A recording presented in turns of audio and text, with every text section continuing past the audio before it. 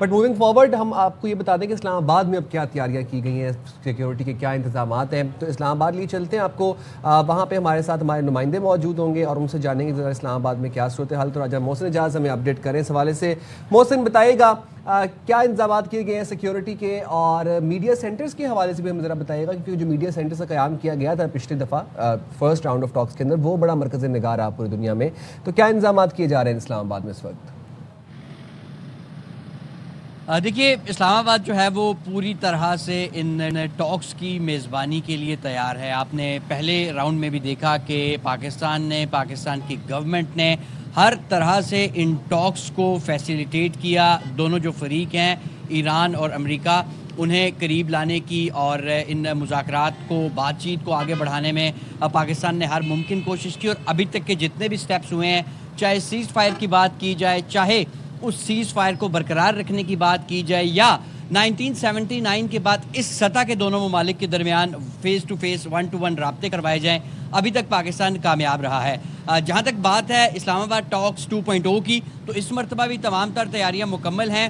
جو امریکی advance teams ہیں وہ گزشتہ 2 دنوں سے اسلام آباد پہنچ رہی ہیں، اور جو مرکزی ڈیلیگیشن ہے جس کی قیادت جس طرح امریکی صدر ڈونلڈ ٹرمپ نے بتایا JD وینس کریں گے، وہ آج شام تک جو ہے وہ اسلام آباد پہنچ سکتا ہے. اسی طرح اس ڈیلیگیشن میں ڈونلڈ ٹرمپ کے نمائندہ خصوصی برائے مڈل ایسٹ اسٹیو وٹکاف اور جیرڈ کشنر، یہ دونوں بھی شامل ہیں. تو آج یہ ڈیلیگیشن جو ہیں یہ شام تک یا رات تک اسلام آباد پہنچ جائیں گے. اور اسی طرح ایرانین سائڈ سے بھی جو ہے وہ یہ امکان ہے، توقع ہے کہ وہ بھی ڈیلیگیشن جو ہے وہ اپنا بھجوائیں گے. تو اسلام آباد پوری طرح سے تیار ہے. سیکیورٹی کے انتہائی سخت اور غیر معمولی انتظامات دیکھنے کو مل رہے ہیں. ریڈ زون کو بند کیا گیا ہے، لیکن جو دیگر شہر ہے وہاں پر ڈائیورژن لگا کے پورے شہر کو کھولا گیا ہے. تاہم جو ریڈ زون میں واقع آفیسز ہیں وہاں پر ورک فرام ہوم کی فیسلٹی بھی دی گئی ہے. اسی طرح اگر جس طرح آپ نے میڈیا سینٹر کی بات کی، تو پہلے راؤنڈ میں بھی بڑی تعداد میں فورن میڈیا یہاں پر پہنچا تھا، اور اب اس سے بھی زیادہ جو ہیں وہ اطلاعات یہ ہیں جو ابھی تک کی کہ بڑی تعداد میں میڈیا جو ہے یہاں پر پہنچ بھی چکا ہے اور پہنچ بھی رہا ہے. پاکستان پہلے ہی اناؤنس یہ کر چکا ہے کہ جو بھی ان ٹاکس کو آبزرو کرنے کے لیے آنا چاہتا ہے یا ان ٹاکس کو کور کرنے کے لیے آنا چاہتا ہے، اسپیشلی ان دونوں ملکوں سے، ان کو تو آن ارائیول ویزا نائب وزیر اعظم اسحاق ڈار کی جانب سے یہ بیان دیا گیا تھا. تو پاکستان ہر طرح کی فیسلٹیز جو ہے وہ فراہم کر رہا ہے، نہ صرف فریقین کو بلکہ اس پورے پروسیس کو وٹنس کرنے والوں کے لیے بھی، اس پورے پروسیس کو کور کرنے والوں کے لیے بھی.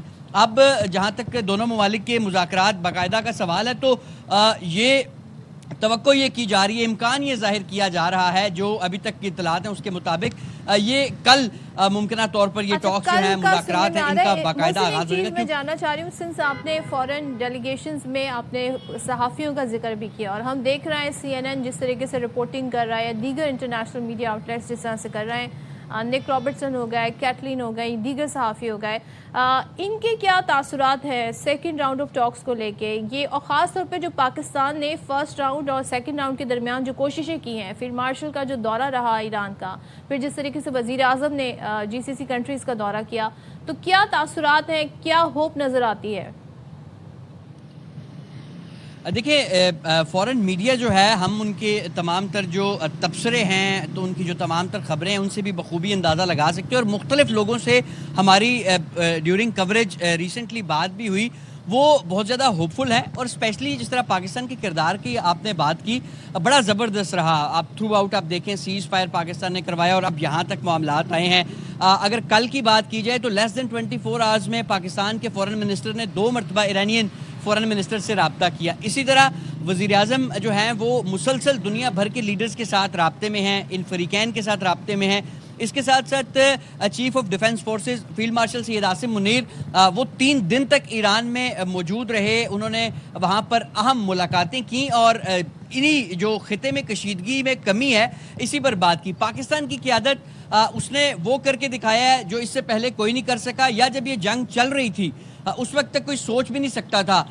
یہاں تک کہ 1979 کے بعد اعلیٰ سطح اس لیول کا فیس ٹو فیس رابطہ یہ پاکستان کو اس کا کریڈٹ جاتا ہے, فیلڈ مارشل صاحب کو جاتا ہے, وزیر اعظم صاحب کو جاتا ہے, وزیر خارجہ صاحب کو جاتا ہے کہ اس سطح پہ جو ہے وہ دونوں ملکوں کو آمنے سامنے اسلام آباد میں جو ہے وہ یہ لے آئے. تو اب امید یہی کی جا رہی ہے, دیکھیں آپ ایرانین فورن منسٹر کا ٹاکس جو پہلا راؤنڈ تھا اس کے بعد ٹویٹ دیکھیں تو انہوں نے کہا تھا کہ we were just inches away from N M O U, Islamabad M O you.